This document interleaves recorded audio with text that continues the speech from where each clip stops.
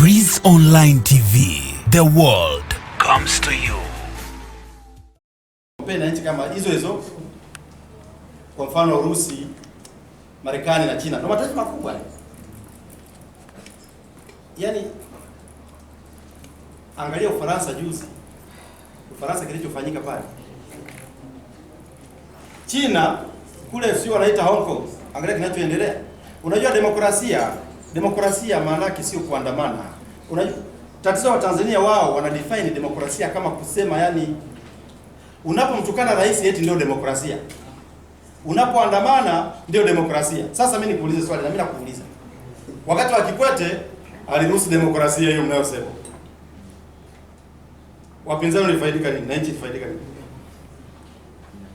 Na mimi nakuuliza, wakati wa Kikwete aliruhusu demokrasia hiyo mnayoiita nyie, maandamano kila siku kulikuwa na maandamano nchi, Tanzania ilifaidika na nini kupitia hayo maandamano?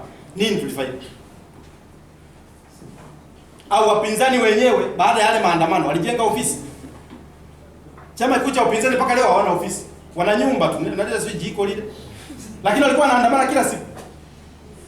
Wamefaidika nini? Kwa sababu unapodai haki ya demokrasia kwamba inaminywa, maana yake nini? Umeambiwa wewe unaitwa Filimani Ailika Ilimbowe, nenda jimboni, itisha mkutano, ongea. Wewe unaitwa Hamisi Kigwangala, nenda Nzega vijijini, itisha mkutano, ongea. Sio demokrasia hiyo. Demokrasia ni kwamba yani Heche kwa mfano anaongea kila siku Tarime na hakuna anayemgusa. Zito Kabwe juzi alikuwa jimboni kwake ameongea. Ndio demokrasia hiyo. Demokrasia sio lazima uitishe maandamano wewe uende ukaandamane unamtukana rais ndio demokrasia. Sasa mimi kwa mtu anayedai demokrasia kwa kuandamana, ili wewe hapo umekuja hapa na TV yako unajipatia riziki yako, mtu anachukua kamera na kuvunjia, ndio demokrasia hiyo? Hapana. Nadhani demokrasia ipo, na ndio maana watu wanafanya mikutano kwenye majimbo yao. Marekani wakishamaliza kupiga kura, uliona Marekani watu wanaandamana kwa Donald Trump, ambako ndiko kuna yale mataasisi yale ambayo yako Afrika kwa ajili ya kuzibana serikali za Kiafrika. Ufaransa walipomaliza uchaguzi, umeona wanaandamana, waliandamana wakapigwa fimbo, watu wakauawa kibao Ufaransa. Kwa hiyo mimi ninachosema ni kwamba unapozungumzia demokrasia sio kuandamana. Demokrasia ni the way unavyotumia akili yako ili nchi ipate maendeleo. Mbowe amenunua madawati mangapi? Amepeleka Hai na amekataliwa. Heche amenunua mifuko mingapi ya simenti kapeleka Tarime vijijini, amekataliwa. Demokrasia ni kuchangia maendeleo, sio kuandamana. Yaani kwamba Chadema wanafanya fundraising kwa mfano, ndio chama cha upinzani natoa mfano ya kukusanya pesa kwa ajili ya kusaidia mama wajawazito, wanaitoa hadharani. Hiyo ndio demokrasia. Demokrasia sio wewe unasema kwamba uachiwe uandamane na kumkejeli rais na kumtukana rais ndio demokrasia. Hapana. Nadhani demokrasia Tanzania ipo kuliko taifa lolote duniani. Sema kwa sababu ndio maana nikakuuliza mwanzo, wakati wa serikali ya awamu ya 4 waliandamana asubuhi, mchana, jioni. Faida gani nchi kama nchi ilipata kutokana na maandamano hayo? Hakuna. Kwa hiyo kuna siasa ni fulani ambayo sio nzuri sana. Yaani watu wanadhani kuandamana na kutukana, kumdhalilisha mheshimiwa rais ndio wanaona demokrasia. Marekani pamoja na akili za Trump zote zile, watu wanamlinda, wanamdefendi, wanamtetea, sio mchezo mzee. Sasa kuna watu walitaka kutuaminisha Watanzania kwamba unapokuwa rais mtu yoyote anaweza kutukana, anaweza kuchezea. Hapana. Rais ni mtu mkubwa sana, lazima alindwe na kutetewa. Na akitokea mtu anapanua mdomo wake kumtukana, ni kukamata, unaweka ndani, anapotea kabisa katika dunia. Serikali yetu imekuja na utaratibu ambao watu hawakuuzoea. Na unajua nchi inapokaa miaka 30 watu wamezoea kudekezwa, bembelezwa. Tunataka kuandamana, tunataka kutukana.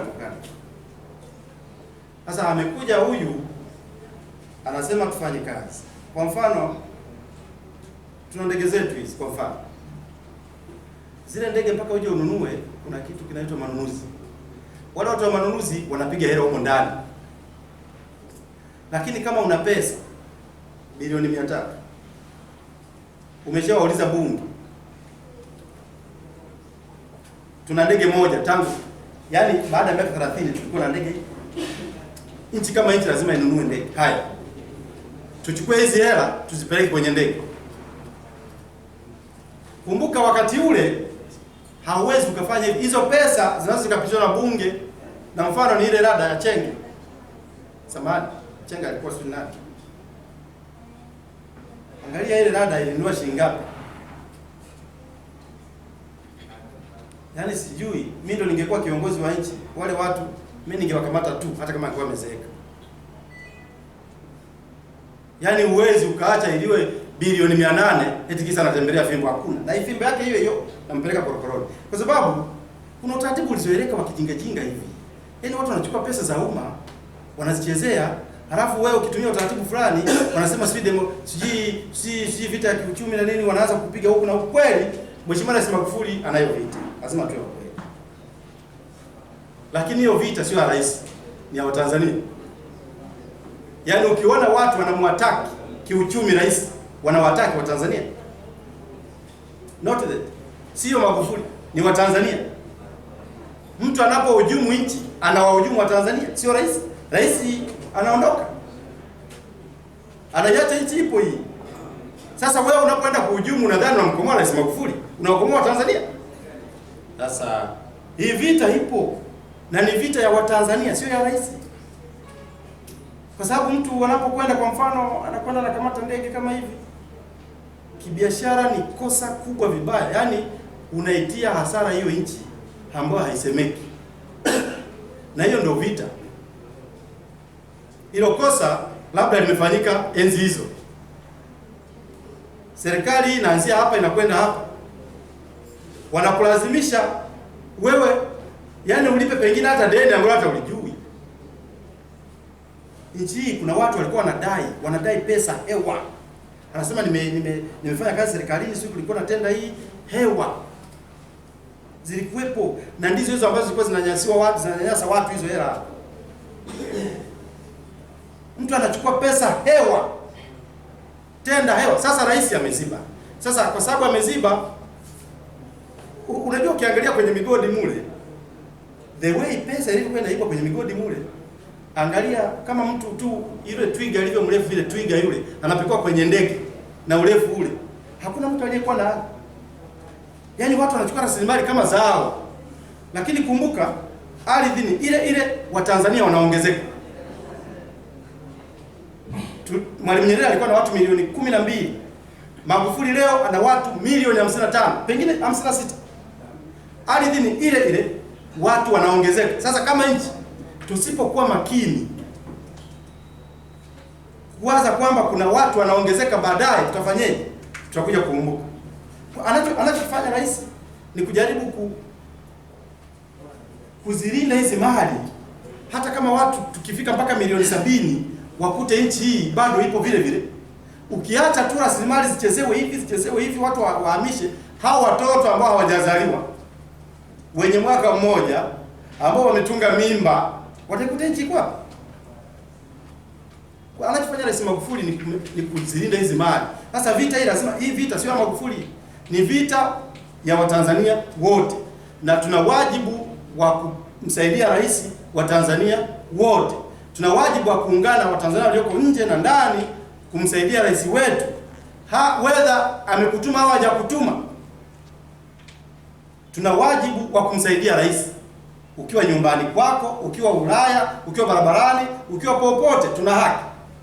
Kwa sababu hii ardhi ni ya kwetu. Na anachofanya rais, ardhi ndio kitu muhimu sana. Ardhi lazima uilinde kwa nguvu sana. Ardhi ilifikia kipindi watu wanajigawia tu. Mtu anakwenda mapolini kwa anajigawia ardhi. Kama wewe mzungu huyu ambaye kamata ndege zetu, si alipewa tu maeka 300 huko, akapewa tu. Umeelewa? Pale kuna Wachaga wangapi na Wakulia wangapi na Wanyakisa wangapi Arusha pale? Alipokuwa na mashamba, wanahitaji. Sasa alishachukua zikoni za kwake. Watu wakasema hii ardhi ni nyingi sana, rudisha kidogo. Ikaanza vita. Na hiyo imewakumba hata Zimbabwe. Leo hii Marekani anasema hawawezi kuwarudishia, kuondoa vikwazo vya kiuchumi Zimbabwe mpaka warudishe ardhi kwa wazungu.